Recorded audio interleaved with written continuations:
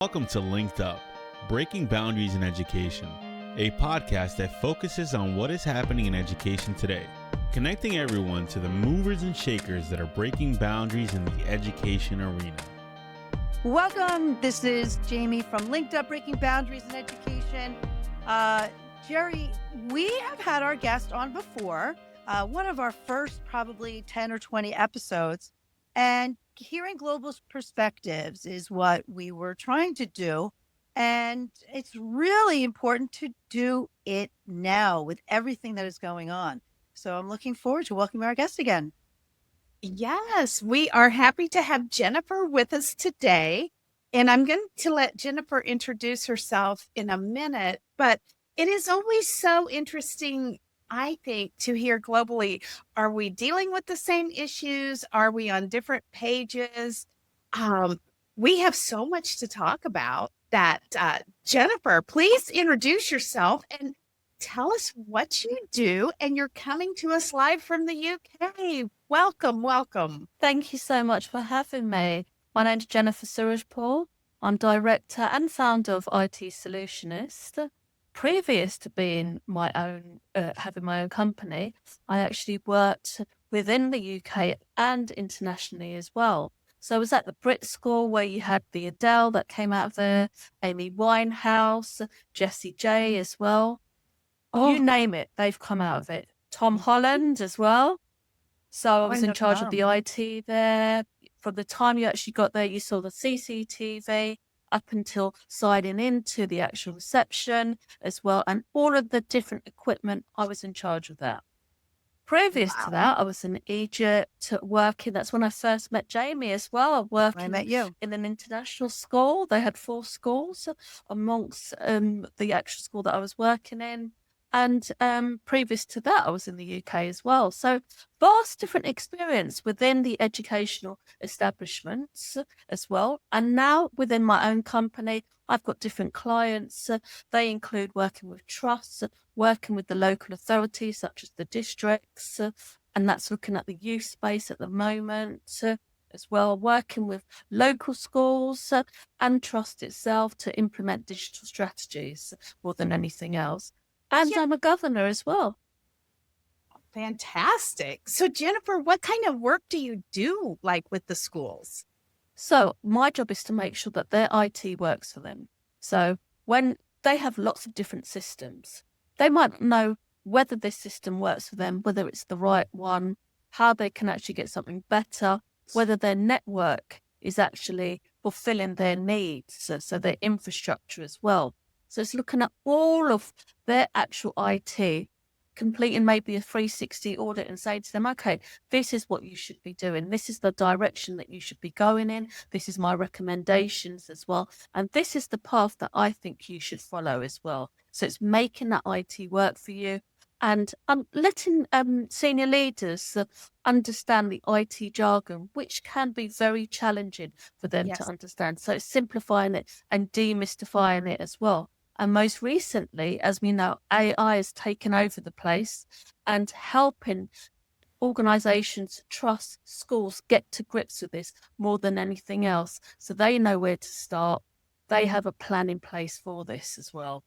Yes, I love demystifying things. Yeah. That is so important. Yeah, well, there's a lot that needs to be demystified with everything we have going on. So in your role, you're kind of central to some of these different challenges that I know we are experiencing in the US, but also internationally when it comes to AI, but then also digital security, also this real, concern for screen time in schools. I know that there are some countries that have started banning screen time as well. What are you seeing in your role? Well, can I just go back there? When we're talking about screen time, what do we mean by that? Right. Do we mean TV time? Do we mean looking at the computer? Do we mean games? What exactly? Because there's this big understanding, okay, what does screen time actually mean? What do we understand by it? What is too much? So let's break that down more than anything else. So we're thinking about screen time. We're thinking about them on their computer as well. What are they going onto the computer for? Then we've got the gaming side of things. So how much are they actually spending their time on the gaming side of things as well? We've got the TV. How much time do we spend looking at TV? Are we counting that as screen time as well? So what do we mean by that? Right. I think the distinction too that is not being made is educational technology and then just basic technology, because most ed tech that has been put into schools is there for a specific reason to help students learn.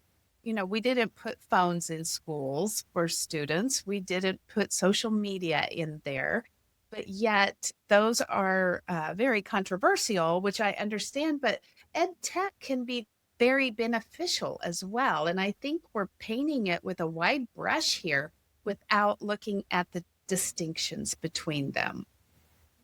Definitely. I think so And too. And I think when we talk about ed tech, it's about using it in meaningful ways, because we can have ed tech used for the sake of it and not for a real meaningful purpose as well. A lot of parents are concerned about, just even having textbooks that are online solely and where kids can't actually physically touch something and annotate on it, things like that. So there's so many different avenues, as you were pointing out, Jennifer, that we do need to make sure that we are honing in on exactly what it is that, maybe we could eliminate, or not even eliminate, but reduce a bit. But some components, as you were saying, Jerry, we really do need to keep happening, because it helps us with allowing students to be innovative, allowing students to, actually, if you think about the Brit School, Jennifer, I bet there was a lot of video production happening. There's screen time that's needed for that, and how fabulous and innovative that is, giving students the opportunity to create things in that way. So definitely. How do you see it being used well, as opposed to maybe not so in such great ways? So this really goes back to the digital strategy that you have in place. And just thinking, going back to the Brit School as well, it was a choice that they had. So you had students with their books, then they had their mobile phone, and they could be using that for the EdTech to be able to access different apps. And they'll also have their laptops or the computer equipment that could be specialised, depending if they're doing film and media, if they're doing interactive digital design, and if they're also doing music technology, because you know that equipment is needed. So we're thinking about screen time. Let's take screen time for music technology. Everyone knows if you're going to be producing an actual piece of music, you could be in that studio for a very, very, very long time as well, working on that piece. If you're actually doing film production as well, just to do an edit, as we know, for one 15-minute time, 15-minute film, how long is that actually taking? Right. It's a long period of time. There's a lot of problem solving and innovation that goes into those minutes, hours, that amount of time spent. So it's, trying to distinguish between what is, the drill and kill versus actually, using technology to build and create and innovate. So I think that's where we need to have that distinction. Definitely. And it needs to be used. It needs to be purposeful when it's using it. Just for the sake of using it is not really the way forward. And this is where I think we're getting to at the moment. And I'm working with different trusts. It's having that balance more than anything else, where you've got some parents, you've implemented IT within the school or the trust, and you're saying, okay, you need to go into Google Classroom to actually access your homework. You might be a year 5 or year 6, so it's like they might be about 9, 10, 11 years old. Their parents do not allow that. So how are they going to access the homework? We're thinking about equity as well, because some students at home won't necessarily have that laptop or that access to the device. So it's really having that balance and making sure when they're talking about screen time or having the EdTech tools, they've got a balance. So they've got the alternative. And that's all part of that digital strategy more than anything else. The balance. And the balance is important. And I can also see this when you've got project-based learning, that's a great way to actually drive digital strategy and think about the screen time and having that balance as a way forward. Absolutely. Absolutely. And again, the problem-based learning is all about the meaningful usage and integration of it, technology, and having that as the driver really makes that difference and helps with that distinction as well. You mentioned your about 9-year-olds. Where in the UK or elsewhere internationally, do younger students than that have devices as well, or is that where it's really starting? No, they do have devices. I've got friends of friends who have got the younger children, and from the age of 4 or 5, they've got iPads as well. In the it's like, schools or at okay, home? at home. Yes. And then Yeah. you've also got access to iPads at school as well. So this goes back to the training for the actual teachers and how it's integrated within the school culture itself and what you're actually using to drive this more than anything else in terms of that strategy. Does that strategy also align to the actual trust schools their school development plan more than anything else? So. Yeah, because it does. I'm sure a lot of schools and families would be on board with, okay, we don't really want our preschoolers and our kindergartners, our little ones to have devices. They don't need it. But at the same time, should they not have it at home either? So we need to, kind of distinguish between that. Right. I feel like the schools are taking on the brunt of this, that the finger has been pointed at the schools. And I feel like the real problem is a whole society problem, that the adults do not model it well. And, I've been at tables where we're at a big table and people are talking on the phone or dictating something, and we just don't do it well. And so I think it's a whole society problem that the schools are being blamed for. And I wish we would all step up and take, Jerry, you've hit the nail on its head, to be true. honest, because I was having this conversation today, and it's that communication method as well. When the children are on their actual devices, and instead of having that two-way conversation, what are we doing now? And the students are doing it as well. They're sending voice notes to each other. So they're not even having that dialogue. Right. When you go onto the subway or the train, the underground, you can see so many people, they're just doing this.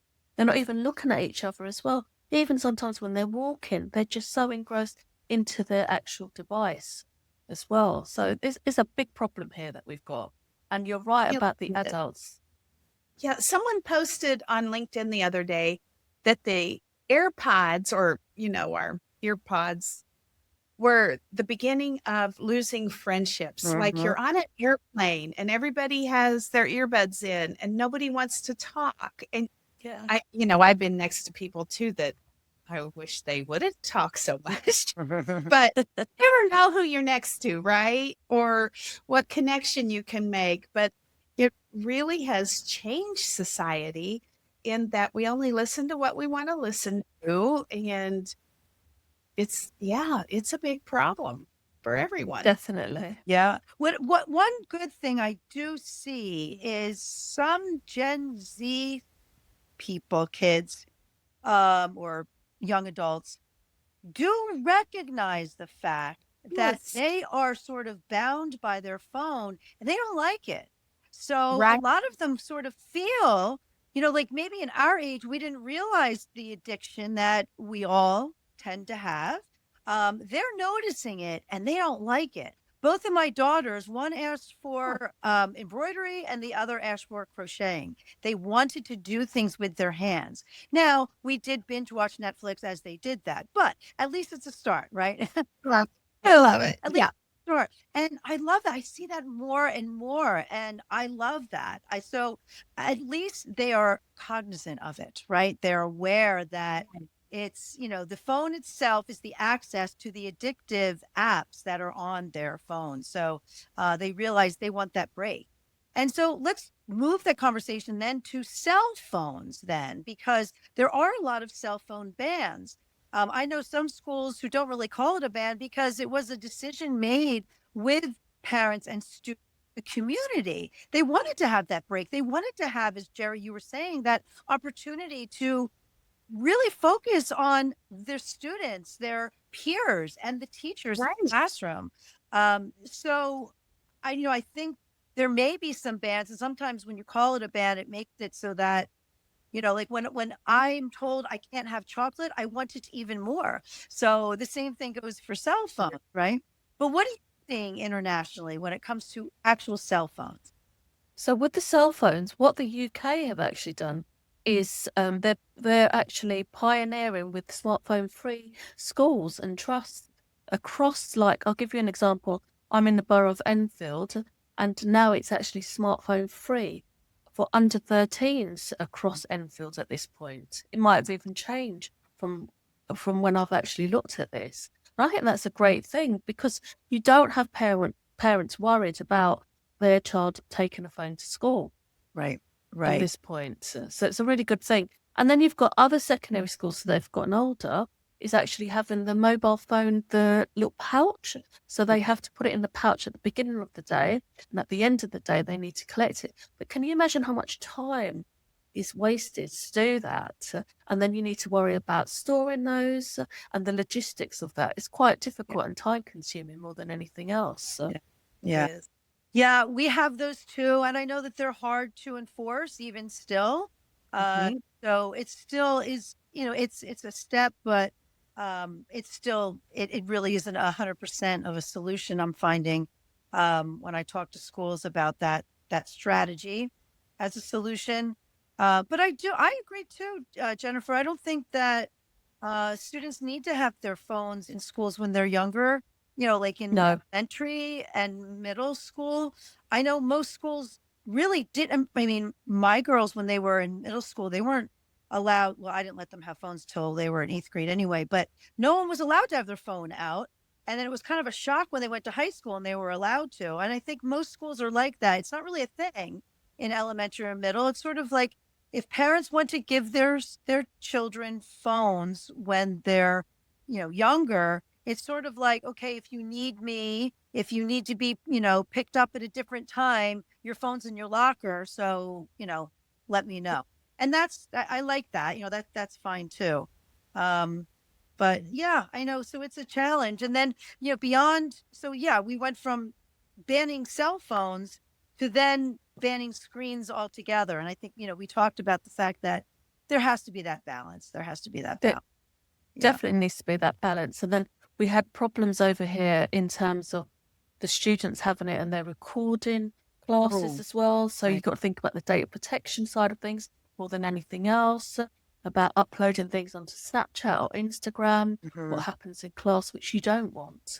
Right. So I think the government have really pushed to have smartphones banned. Okay. All right. Um, what about AI? So AI. Oh, we talked about it here at AI.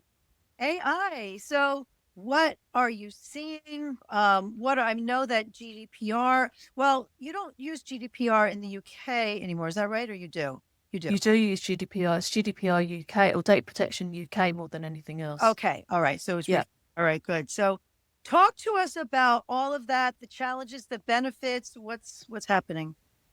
So the challenges are you don't know who's using what in the UK. And because you need to have an open and honest dialogue with your staff more than anything else to say, okay, if you're using it, please let us know. You need to use it responsibly as well. That's the other thing. And staff need to be trained. They need to have that CPD. And this is where the challenge is, because if the school, the trust have not adopted this at a higher level and said, okay, this is going to be part of the school culture. This is how we're rolling it out. This is our AI working group. This is our students, our digital leaders. These are our staff. And we're also going to have parental involvement. So you've got the whole community involved in AI because it's here to stay as well. So it's how you're actually saying, okay, this is how we're going to actually take up AI more than anything else. This is our approach to it. Now, what I've found is that many schools might have downloaded an AI policy, had it there just for the sake of it, but they're not actually saying, okay, this is our methodology behind it, because they don't know where to start. And this is where the problem is. And they need to reach out and they need to make it part of their priority. And they're dealing with other different priorities as well. But they need to know that this has to be a priority, and staff need to be trained. The whole community needs to be trained, and students, especially when they're sitting exams, they need to understand whatever coursework they've got. This can actually be an issue as well. So having that strategy, having that open dialogue is so important. But we're even coming to the stage where they could have wearable devices. This might be an AI device. So what happens when they go into an exam as well with the AI device? How are they going to be able to recognize what is right and what's wrong as well with the devices that they're using? And that's going to be allowed. So it's really having that culture more than anything else. What we're finding, though, it's having its difficulties with the approach. And when we're thinking about the data, if they're putting in students' personal data, what can actually happen? They need to understand that. That is That's so really true. important. And some of the promise of AI is that it can really differentiate for students with disabilities, like English or not English, it doesn't matter, whatever language you need to learn in, it can really level the playing field as well. So, there are the perils and the possibilities of it. What Definitely. It can do. Right. We're thinking about accessibility and being able to translate straight away. I mean, there's some fantastic tools as well. That is live AI as well that can detect a student's needs straight away and then offer a solution for the staff member as well when they're on the ground. There's the possibilities are endless, to be honest, more than anything else. And it's great to see it in terms of those students who might find it difficult in terms of writing. They're able to express themselves through voice using different tools. It's wonderful. Right. I think when you just use it as a shortcut, just to do things for you, that's when you're not getting the full benefit of AI. I think people want it to just write an email or write this or write that. But I think the real value is when you start to use it as a thought partner Yes. and use it Human companion. Yes, those kinds of ways to push your thinking, get you to think of things you might have not have thought about, or some holes in your thought processes. What should have I been thinking about? And that makes a big difference. Definitely, Jerry. And I mean, when we're thinking about that digital literacy element with AI and that thought processing and using it as a human companion, that is key. So what people are doing is just using it. Okay, can you rewrite my email? But then they need to think about how they're prompting it. And that's where the digital literacy comes into place. And then you have to train the staff so they understand how to do that. And then train the students and maybe take it out of the system and say, okay, how would you actually use this as your thought companion as well, more than anything else? That human companion is that conversation model that you're having as well, but you need to be descriptive in that more than anything else. Then you've got the vibe coding, which is wonderful, using AI to be able to do that and create products that it would have taken them days. They can do it in a matter of minutes now. So the possibilities are endless, but it needs to be done from the top more than anything else. And I always go through the model of actually saying, okay, let's start it with safeguarding more than anything else. How are we going to safeguard our students with this? And speaking to the safeguarding leads. And that has worked really well, to be able to do it from the safeguarding perspective and understand what the issues could be, the challenges for students, their reliance on it, their reliance of AI for a counsellor. Then you've got this teaching staff. How are they using AI? So it's a lot of field study more than anything else in the beginning. It's true. And it surprises me how many schools are still banning it. And I guess that's okay if they're not ready to or not sure of the path to train staff and train students with AI literacy, because it is important. But in the meantime, the kids have it, the kids are using it. So they're using it in ways that are not safe for them. And they're using it in ways that are, are just not healthy ways to use it. Healthy in terms of, like you said, counseling, in terms of safe sharing their PII, in terms of ethically and responsibly. So that's why the AI literacy is so important, and to really get to it fast, so that way students are protected. I know of schools who kind of left it open, and then they didn't train teachers or staff first, and then students were using it incorrectly, so then they just shut it down, but then didn't go back and do the proper training, and it just is a vicious cycle. So it really, just as you mentioned, Jennifer, top down, just figure out. You don't have to adopt anything at this point, but at least know teachers, students, they're using it, so get them learning about it, respecting it, understanding it, and learning how to use it safely and ethically and responsibly. And then they can worry about if they're going to be adopting any particular type. But Definitely. And then we've also got the AI biasness as well. So thinking about how AI can be biased. And so the student needs to understand how ethically it could be wrong by the images that might actually be brought up, and being able to think, okay, the information that I've got, is it biased or not? So being able to critically evaluate, and that critical thinking element. So there's a lot there that needs to be done. It's a lot of work. AI literacy has many, many tentacles that have to be addressed. So, there's just AI literacy, AI citizenship, all of that. Right. It's and there are so many different resources and out there that schools can utilize. So they're not in the dark. They just have to know, where to go to get it, whether they hire someone to come in and help, or they use some of the free resources that are out there. Having a committee in district, get on that right away. So because obviously, as you said, it's not going anywhere, and it's only growing in its capacity exponentially. It's wild. It's wild what we can do, and it's exciting. So kids should be able to, as you said, come up with a wild idea and vibe code it. Do it. Yeah. Get it done. It's wonderful. Right. Ask if it's a viable idea with AI. Use it as a partner, as we talked about. So there's so many opportunities that are there that, we just need to get everyone on a level playing field, a foundation of respect for it, and understanding of it, so that we can leverage it in great ways. Yes. Definitely. So, Jennifer, in all of this work, what's become clear to you?